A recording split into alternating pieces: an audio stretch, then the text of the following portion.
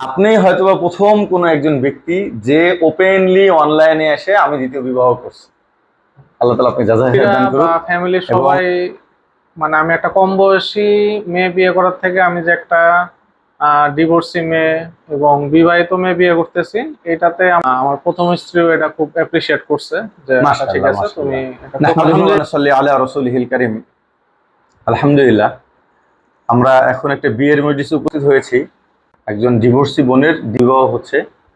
একজন নারীর দুইটা সন্তান আছে, একটা মেয়ে, মেয়েও বড় হয়ে গেছে, মেয়ের বিয়ের বয়স হয়ে গেছে, তার জন্য মনে হয় বিবাহ প্রসেসিং চলছে।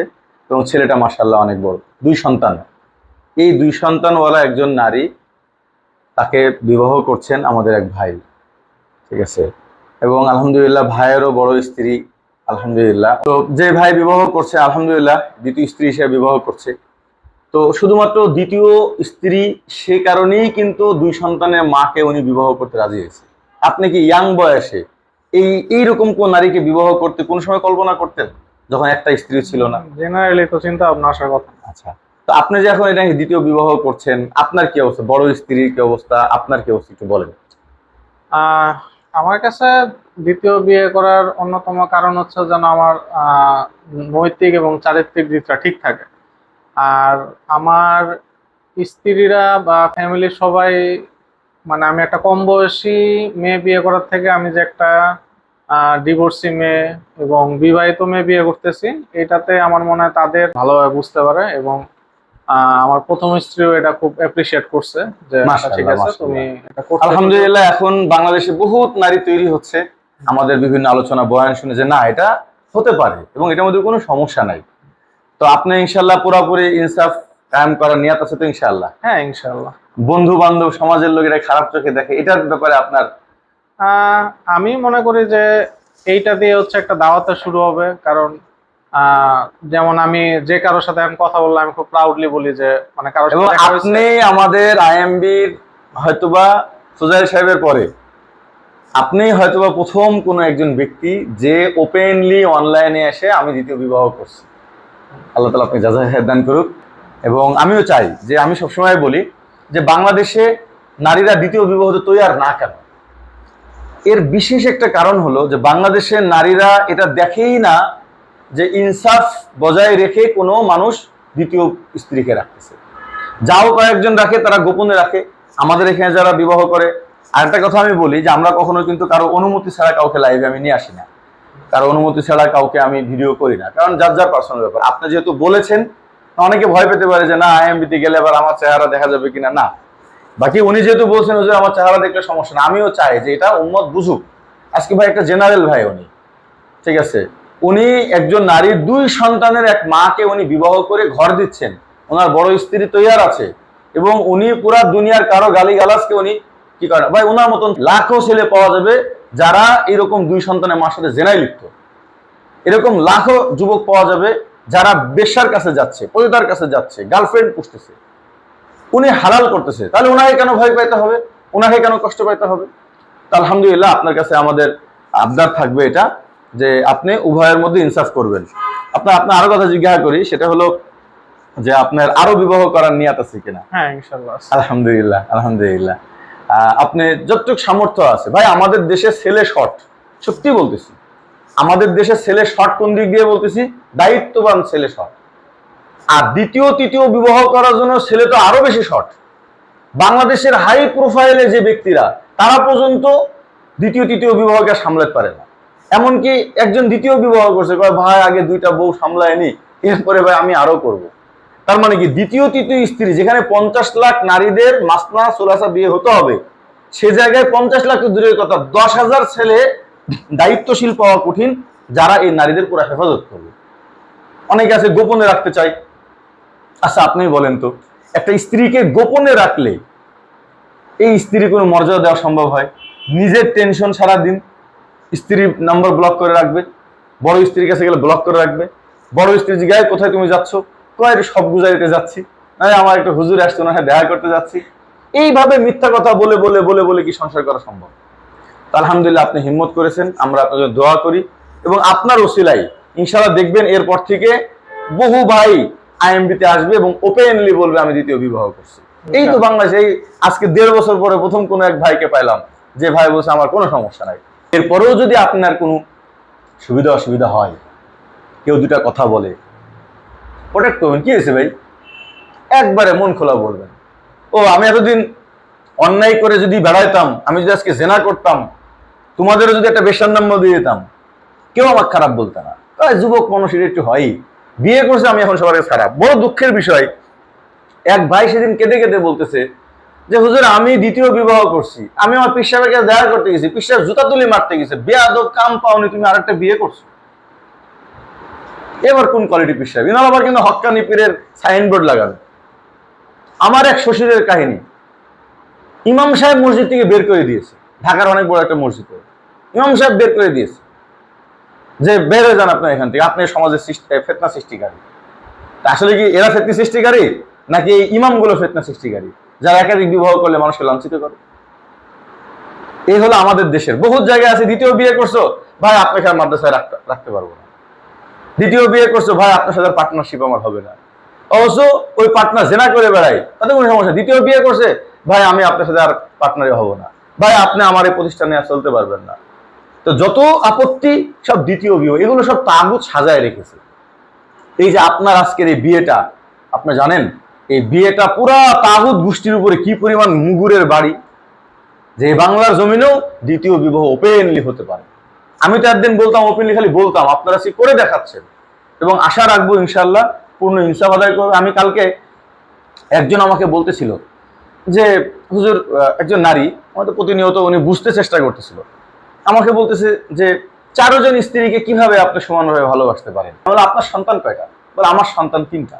তারপরে 3 সন্তানকে আপনি সুন্দর সমানভাবে ভালোবাসেন না?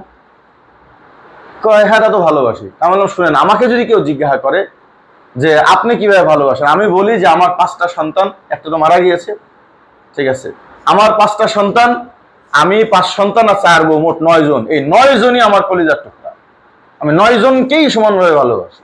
9 জনই আমার কলিজার টুকরা, 4 জন আমার বউ, 5 জন আমার সন্তান। আমার যেদিন 40টা সন্তান হবে সেদিন পুরো 45 জনই কি হবে, আমার কলিজার টুকরা হবে। এটা কোনো বিষয় না। তো আপনি আপনার যে আপনার আগের সন্তান আছে, হ্যাঁ 2 জন সন্তান, এই 2 সন্তানের মধ্যে কাকে বেশি ভালোবাসেন? 2 জন। 2 জনকে ভালোবাসেন, 2 জনের কি সমান সময় দিতে পারেন? না। 2 জনের সমান খরচ? না। 2 জনের পিছনে কি ডাক্তারের সমান খরচ যায়? না। তাহলে আপনি কেমন সমান ভালোবাসেন সবাইকে? তাহলে বোঝা গেল কি যে সমান সমান খরচ না দিয়েও সমান সমান ভালোবাসা যায়, সমান সমান সময় না দিয়েও ইনসাফ করা যায়। কিন্তু কবে ছেলে আর বউ কে এক? আমি বলি না, ছেলে আর স্ত্রী একই জিনিস, কারণ দুয়োটাই রসুন ইয়ামুনহু আলাই, দুয়োটাই আমার মাথা হাতের জিনিস, দুয়োটাই আমার দায়িত্বের জিনিস। সন্তানও আমার তাবে, স্ত্রীও আমার তাবে, সন্তানও আমার কলিজার টুকরা, স্ত্রীও আমার কলিজার টুকরা। এখন হয় কি আমাদের দেশে এটা মেনটেন করতে পারে না। অনেকে মনে করে বড় যদি এমন হয় বড় ছেলেটা ছেলে, বাকিগুলো মিরাজ পাবে না, তাহলে আপনার সবাই জালিম বলবেন না? তো আমাদের দেশের সমস্যা হয় এরকম যে বড় স্ত্রীটা বড় স্ত্রী, এটা আমার নিজের আপন স্ত্রী, আর বাকিগুলো কেমন যেন সতার স্ত্রী। বড়টাকে ঠিক রাখে বাকিগুলোকে রাখতে হবে। এ সমাজের লোকেও বলে না বড়টার অধিকার আছে, বড়টার কি কোনো অধিকার নাই? ভাই ইসলামে বড় স্ত্রীর কোনো অধিকার নাই। আল কাদিমাতু কাল জাদিদা, বিয়ে করার সাথে সাথেই বড় স্ত্রী এবং দ্বিতীয় স্ত্রী সমান সমান মর্যাদা, একদিনের জন্য বেশি মর্যাদা নেই। বলেন তো আপনার 2 সন্তানের মধ্যে কার অধিকার বেশি? হ্যাঁ, বড় ভাই হিসাবে একটা অধিকার আছে, হাদিসের মধ্যেও আছে বড় ভাইয়ের অধিকার, কিন্তু কোন হাদিস কোরআনে বড় স্ত্রীর কোনো অধিকার নেই, কোন হাদিসে বন্ধু পাই। মানে বড় ভাইয়ের ব্যাপারে যতটুকু হাদিস কোরআনে পাওয়া যায়, বড় স্ত্রীর যে কিছু অধিকার আছে সংসারের মধ্যে এমন কোনো কথা নাই। আপনি আজকে এনাকে বিবাহ করলেন, সেম যদিও আপনার বড় স্ত্রী শুনলে মনে করবে কি রে আমার হুজুর কে আবার কি বললো, এটা রিয়েলিটি। আপনার বড় স্ত্রী এবং আপনার দ্বিতীয় স্ত্রী এখন 2 জনই আপনার স্ত্রী। আপনি এখন মারা গেলে 2 জনই আপনার মিরাজ পাবেন, এজন্য উভয়ের মধ্যে আপনি ইনসাফ করবেন। হ্যাঁ, তবে দ্বিতীয় যে স্ত্রী, বড় স্ত্রী আপনার লম্বা একটা সময় তার সাথে সংসার হচ্ছে, তার সাথে আপনার বোঝাপড়া হয়েছে, তার কাছে আপনি অনেক কিছু, তার একটা বড় সংসার হয়ে আসছে, আপনি কালকেই কিন্তু ছোটটাকে আপনি এভাবে দিতে পারবেন না। এবং এটাও বাস্তবতা, কালকেই ছোটটার সাথে আপনার এরকম সম্পর্ক মহব্বত হবে না। এটার প্রতি মহব্বত তৈরি হতে আবার আপনার কি একটু সময় সাফার করা লাগবে। এক্ষেত্রে অনেকে আবার মনে করে ভাই বড় স্ত্রীকে ওখানে রাখছে, ছোট স্ত্রীকে এরকম রাখছে, এরে ভাই বড় স্ত্রীর সাথে সংসার করতেছে হলো 15 বছর, 7 বছর আগে ফ্রিজ কিনছিল, 2 বছর পরে একটা বিছানা বানাইছিল, তার 2 বছর পরে যায় একটা ইন্ডাকশন কিনছে, তার 2 বছর পরে যায় একটা ঘর, তাই না? তো 15 বছর ধরে যে সংসার গুছাইছে, দ্বিতীয় স্ত্রী আনার পরের মাসে যদি আপনি বলেন বড় স্ত্রীকে এত কিছু দিলা, ছোট স্ত্রীকে কতটুক দিলা, তাহলে এটা আরেকটা জুলুম হবে। ভাই ছোট স্ত্রীর যতটুকু দরকার তাকে দিবে, না ইনসাফে না করলে হয়েছে। আর ইনসাফ যে কত সহজ, আপনি তো আমার বয়ান শুনছেন মনে হয়। বাস ইনসাফ আদায় করবেন। আমাদের দেশে ইনসাফটাকে কঠিন করে কি করা হয়, উপস্থাপনা করা হয়। ইনসাফ কোনো কঠিন কিছু না, ইনসাফ একেবারেই সহজ জিনিস। এমন ভাবে অনেক বড় বললাম, ভাই তরমুজ আপনি অর্ধেক কেটে দিতে পারবেন, এই তরমুজ অর্ধেক করে কেটে দেওয়ার ইনসাফ না। আমি পরিষ্কার ভাষায় বলতে পারি যে এক তরমুজের মধ্যে অর্ধেক করে না কেটে দিলে না ইনসাফি হবে, এমন যদি কেউ দাবি করে সে শরীয়ত বিকৃতি করতেছে। বুঝে আসছে? আর এক ভাই সেদিন দেখলাম, আমার খুব মহব্বতের ভাই, নাম না বলি, সাবান অর্ধেক করে দিতে হবে। গতকালকে একজন পড়াইছে, 2 স্ত্রীর মধ্যে সাবান অর্ধেক করে দিতে হবে। আমার প্রশ্ন হলো, যদি 2 স্ত্রী একই সাবান ব্যবহার না করে, আর 4 স্ত্রী হলে কি করবে? আর একটা আপনার কি বলো মেরিল সাবান যদি 4 ভাগ করে 4 স্ত্রীর কাছে দেওয়া হয়, ওটা কি কোনো ব্যবহারযোগ্য থাকবে? একজন আলেম মানুষ ইনসাফের বয়ান করতেছেন, এরকম অযৌক্তিক কেন বলেন? বলেন, এক সাবানের অর্ধেক 4 ভাগ করে দিতে হবে। একটা মেরিল সাবান আমার 4 স্ত্রীর মধ্যে 4 ভাগ করে দিলে এই মেরিল সাবান কি আর ব্যবহারযোগ্য থাকবে? এটা কোন ধরনের পাগলামি? আরেকজন দেখতেছি বলতেছে যে 2 পায়ের স্যান্ডেল নিয়ে আসলে এই পায়ের স্যান্ডেল একটা নিতে হবে, আর এই পায়ের আরেক বাম নিতে হবে, আর এই পায়ের বাম এই পায়ের ডান মিলায় 2 বউকে দিতে হবে। ইনি আবার আলেম, শরীয়ত বিকৃত করতেছে। এগুলোর কারণে আমাদের দেশের মানুষ মনে করতো, ওরে সর্বনাশ, ইনসাফ তো হেভি কঠিন, আশরাফ থানভী রহমাতুল্লাহ আলাইহি পারেনি, আমাদের দেশের কোনো আলেমই পারতেছে না, আমি কেমনে পারবো? ভাই উনি জেনারেল মানুষ, উনি যদি 2টা সন্তানের মধ্যে ইনসাফ করতে পারে, তাহলে 2টা স্ত্রীর মধ্যে কেন পারবে না বলেন? অনেকেই মনে করে দ্বিতীয় বিবাহ মানে খালি হুজুরদের কাজ, খালি মনে মুফতি সাহেবরা হলে ইনসাফ করে। না ভাই, ইনসাফ এটা হলো অন্তরের জায়গা। অনেক ভালো মানুষ পর্যন্ত সন্তানদের মধ্যে ইনসাফ করে না। তো আমার কথা হলো, উনি যদি 2 সন্তানের মধ্যে ইনসাফ কায়েম করতে পারে, 2 স্ত্রীর মধ্যেও কি করতে পারবে?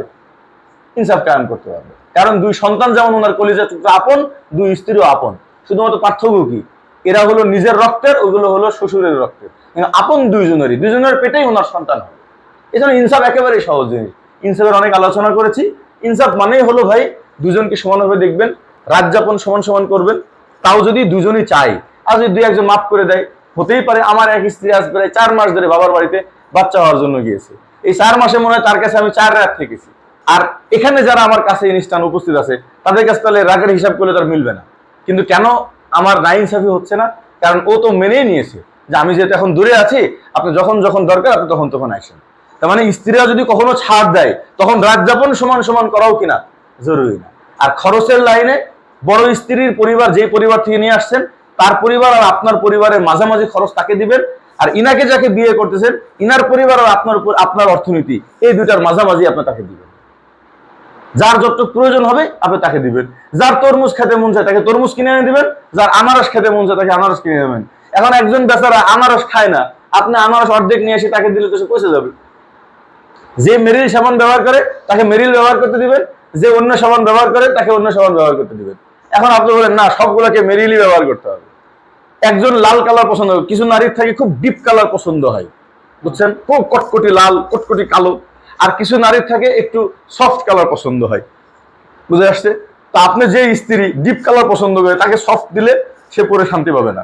আবার যে একটু উজ্জ্বল কালার পছন্দ করে, তাকে যদি বলেন তোমার ডিপ কালার পড়তে হবে, তার উপর কি হয়ে যাবে? জুলুম হয়ে যাবে। একজন নারী আইসক্রিম খুব পছন্দ করে, আর একজন বলে আমি আইসক্রিম খেলে আমার গলা ব্যথা হয়। তার না, ইনসাফ হতেই হবে, তোমাকে কি করতে হবে? আইসক্রিম খেতেই হবে। সেদিন এক ভাই আমাকে জিজ্ঞাসা করছে, হুজুর আমার এক স্ত্রীর এই হঠাৎ করে পড়ে যায়, দাঁত দেখা পায়, দাঁত উপড়ানো লাগছে, তো হুজুর আমি কি করব? আমাকে আর এক স্ত্রীর দাঁত উপড়াই দেওয়া লাগবে? কারণ এক স্ত্রী তো দাঁত উপড়াইছি না। ডাক্তারকে যাই বলেন যে ভাই ওই স্ত্রী পড়ে গিয়েছিল, তার দাঁত ভেঙে গিয়েছিল, এখন ইনসাফ তো করতে হবে, কারণ 7,000 টাকা খরচ হয়েছে তার পিছনে। তাই এটা নিয়ে আসছি, আপনি একবার ওই সুজা মেরে ওই দাঁতটা ভেঙে ওই ইঞ্জেকশনে দিবেন যেটা আগের গুলো দিয়েছেন, ঠিক 7,000 টাকা খরচ করে আমাকে একটা ভাউচার দেন, নাহলে আমার তো ইনসাফ হবে না। এই তরমুজ কাটার ইনসাফ এই টাইপের ইনসাফ। আশরাফ রহমাতুল্লাহ যদি ওয়াইন সাল্লাম তো করেও থাকে, তরমুজ অর্ধেক করে কেটে করছে, ওনার 2 স্ত্রী হয়তো ওই তবিয়তের ছিল, উনি মুনাসিব মনে করছে। আমরাও দেখো না মাঝে মাঝে কি করি, স্ত্রীর কাছে আমের কার্টুন নিয়ে গেছি, স্ত্রী বলে কি করবো, আমি তোমরা 4 জন আসো, বাস এখান থেকে 4 ভাগ করে দিয়ে দাও, হয়ে গেল। কখনো কখনো এরকম হয়, মিষ্টি কিনে নিয়ে আসছে 1 প্যাকেট মিষ্টি, 2 জন স্ত্রী এখানে আসে, এখানে কি মিষ্টি ভাগ করে দেওয়া লাগবে, আজকে ভাগ করে দিতে হবে, কে কয়টা খাবে আপনি তো জানেন না। ফ্রিজে রেখে দিয়েছেন, যার যে কটা ভালো লাগে খাও। দেখি ওরা খায়নি, আমি আগে খেতে খেতে প্রায় শেষ হয়ে গেছি। আমি আমার সন্তানের জন্য বিস্কুট কিনে নিয়ে আসছি, আর মায়ের বয়স ধরেন 16 বছর, 2 সন্তানের মা, সন্তানের থেকে মাই বেশি বিস্কুট খায়। এখন যার যতটুকু চাহিদা সে সেটুকু চাহিদা পুরো করতে হবে। আপনার সব সন্তানের চাহিদা একরকম না, আপনার সব স্ত্রীর চাহিদা একরকম হবে না। তো ইনসাফের মূল বিষয় হলো আপনি কারোর প্রতি জুলুম করবেন না, এই মনোভাব যদি আপনার থাকে, আর যার যতটুকু প্রয়োজন তাকে আপনার সাধ্য অনুযায়ী প্রয়োজন মিটাই দিবেন, এর নামই কি ইনসাফ। আল্লাহ তাআলা আমাদের বোঝার তৌফিক দান করুক, এবং আপনার উসিলায় আল্লাহ তাআলা এই বাংলাদেশে দ্বিতীয় বিবাহকে চালু করুক, এবং ওপেনলি দ্বিতীয় বিবাহ করাকে চালু করুক। যতদিন পর্যন্ত ওপেনলি দ্বিতীয় বিবাহ না হবে, ততদিন পর্যন্ত এই সমাজ চেঞ্জ হওয়াটা অনেক দেরি হবে। আল্লাহ তাআলা আপনাকেও কবুল করুক, আমাদেরকেও কবুল করুক। আলহামদুলিল্লাহ, আলহামদুলিল্লাহ নাহমাদুহু ওয়া নাস্তাঈনুহু ওয়া নাস্তাগফিরুহু।